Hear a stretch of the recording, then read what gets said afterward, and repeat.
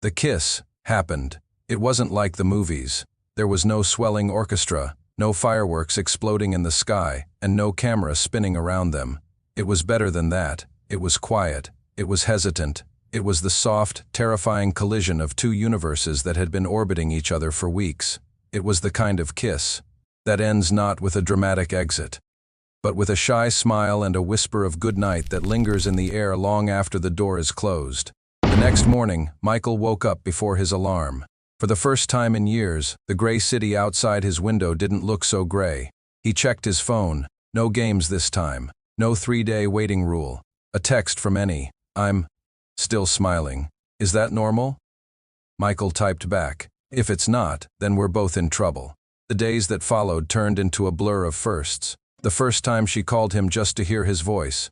The first time he held her hand in public, his thumb brushing over her knuckles as if memorizing the shape of them. The first time they disagreed over which Star Wars movie was the best and realized they could argue without fighting. They were in that golden hour of a relationship where everything is new and fascinating. They were learning the map of each other. Michael learned that Annie hummed when she was concentrating. Annie learned that Michael moved his lips slightly when he was reading a particularly good sentence. But dating is easy. Vulnerability is hard. And the true test of this new connection came 3 weeks later, on a rainy Sunday afternoon. They were at Annie's apartment.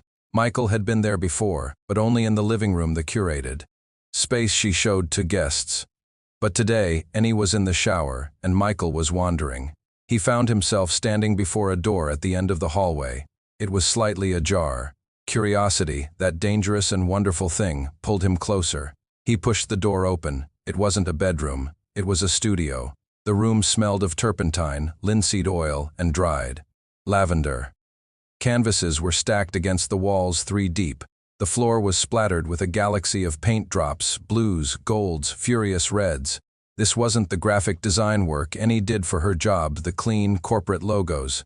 This was raw. There were portraits of people with sad eyes, abstract storms of color that looked like bruised skies, and sketches of hands reaching out but not touching. "I didn't say you could go in there." Annie's voice cut through the silence. It wasn't angry, but it was sharp with fear. She stood in the doorway, clutching her towel, looking more naked than if she were actually unclothed. This room was her diary. This was the part of her she didn't show the world. Michael turned around slowly. He didn't apologize immediately. He didn't make a joke to lighten the mood. He looked at her with a seriousness she hadn't seen before. "Annie," he said softly, "these are incredible." She crossed her arms, defensive. "They're messy. They're unfinished. It's just stuff I do to get the noise out of my head." Michael looked back at the painting on the easel. It was a picture of a coffee shop in the rain, but it wasn't gloomy. The rain was painted in gold. It was glowing. "You painted the day we met," Michael whispered. Annie looked at the floor. "It's silly. It's romanticized. Real life isn't gold paint." Michael stepped closer, invading her personal space in the best way possible. He reached out and took her hands that created corporate logos by day and golden storms by night. "Real life is usually gray," Michael said. "But the way you see it, the way you see us, that's the reality I want to live in. Don't hide this, Annie. This is the best part." For the first time, Annie let her guard down completely. The witty banter, the cool girl persona, it all dropped. She let him see her pride and her insecurity. She squeezed his hand. "I'm scary when I'm painting," she warned him, a small smile returning. "I listen to loud music and I forget to eat and I get paint in my hair." Michael smiled, leaning his forehead against hers. "I think I can handle a little paint." That evening, they didn't go out. They didn't watch a movie. They sat on the floor of her studio, eating cold Thai food surrounded by her art. It was the moment the relationship shifted from dating to knowing.